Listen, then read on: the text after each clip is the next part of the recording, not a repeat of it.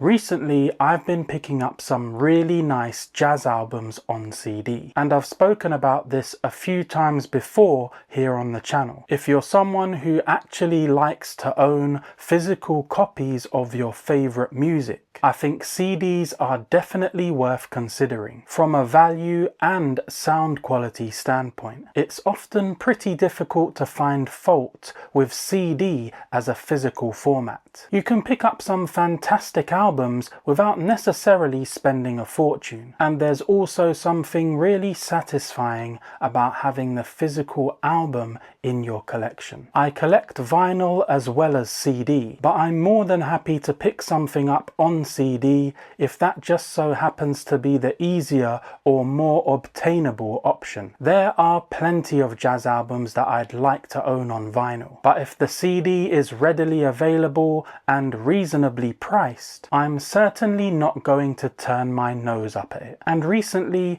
I've been diving into quite a lot of orchestra and big band jazz, so that's actually reflected in today's selection. I've got 3 albums to show you, so let's get into it. First up is American jazz composer and arranger Oliver Nelson with his album Swiss Suite.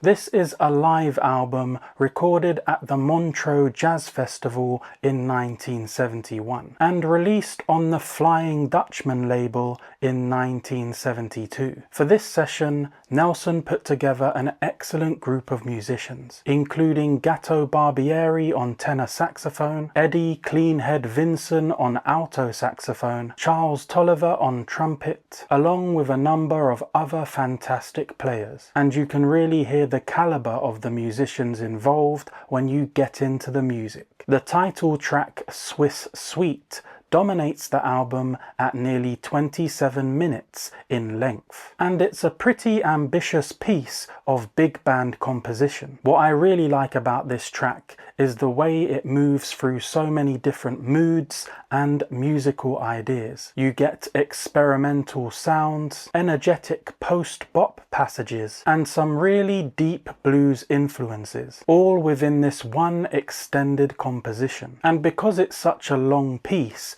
there's plenty of opportunity for the individual musicians to step forward and make their mark. One of the real highlights for me is Gatto Barbieri's tenor saxophone playing. It's fiery, powerful, and at times absolutely thunderous. He brings a real intensity to the performance, and it's one of those things that immediately grabs your attention while you're listening to the album. There's also a fantastic blues performance from Eddie Cleanhead Vinson on alto saxophone, which gives the music another dimension and adds a really gritty character to the session. But interestingly, although Swiss Suite is the title track and absolutely the centerpiece of this album, one of my favorite parts of the record is actually the version of Stolen Moments. It's a really full-bodied and sophisticated interpretation of the tune, and there's some wonderful trumpet soloing in there which I really enjoy. So if you're into your big band jazz but you also like your music to be a bit more adventurous and experimental, Swiss Suite is definitely an album worth looking out for. Next up we have the Gil Evans Orchestra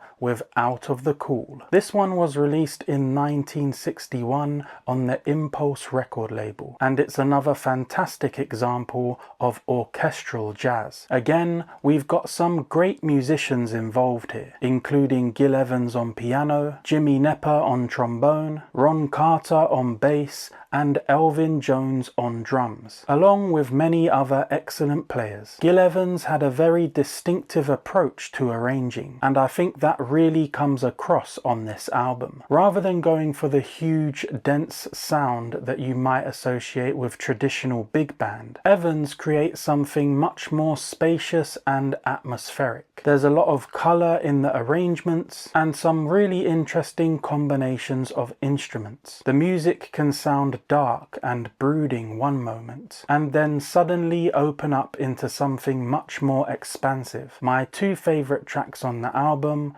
are La Nevada and Where Flamingos Fly. La Nevada is a particularly mesmerizing piece. It runs around 15 minutes, so there's plenty of time for the composition to develop and evolve. It doesn't feel rushed at all. Instead, it gradually builds this atmosphere and allows the musicians plenty of room to explore. And that's one of the things I really enjoy about Gil Evans. There's obviously a huge amount of thought and structure behind the music, but at the same time it doesn't feel overly rigid. There's space for the musicians to improvise and take things in unexpected directions, and those moments of spontaneity really add to the character of the record. Where Flamingos Fly is another favourite of mine. It has that beautifully shadowed, atmospheric quality that runs through so much of Evans's work, and it's a great example of how he could take an ensemble of musicians and create something that feels almost larger than the sum of its parts. So Out of the Cool is a really interesting album if you want to explore orchestral jazz that goes beyond the conventional big band sound. And finally, we have the third album, Autumn, by Don Ellis and his orchestra. This one was released in 1968 on Columbia, and once again we're moving into some pretty adventurous territory. Don Ellis was known for experimenting with rhythm, unusual time signatures, and different musical influences, and Autumn is a great showcase for that approach. There are some really intricate rhythmic structures throughout the album, along with influences from Indian music. And yet, despite all of that complexity, the performances have a tremendous amount of energy. It never feels like you're simply listening to musicians demonstrating how technically complicated the music is. There's a real sense of excitement and spontaneity to the performances. My favourite tracks on this one are Variations for Trumpet and Pussy Wiggle Stomp. Variations for Trumpet is particularly impressive. It's an expansive piece running for around 20 minutes, and it gives the orchestra plenty of room to explore the ideas that Ellis was working with. There's a lot going on musically, but the sheer intensity of the performance is what really stands out to me. And then you have Pussy Wiggle Stomp, which brings a completely different energy to the album. It's one of those tracks that really demonstrates the versatility of the orchestra, and the fact that Don Ellis wasn't afraid to push big band jazz in different directions. There's also the extended version of Indian Lady, which is another great example of the orchestra taking complex musical ideas and turning them into something incredibly energetic and engaging. So, if you enjoy adventurous big band jazz, Autumn is definitely one to investigate. So there we have it, 3 jazz albums from my latest CD shopping haul. We've got Oliver Nelson's Swiss Suite, Gil Evans' Out of the Cool, and Don Ellis and his orchestra's Autumn. I think these 3 albums are a great example of how much fantastic jazz you can find on CD. They also show 3 very different approaches to orchestral jazz, which is something I've been particularly interested in exploring recently. And that's one of the things I love about collecting jazz on physical media.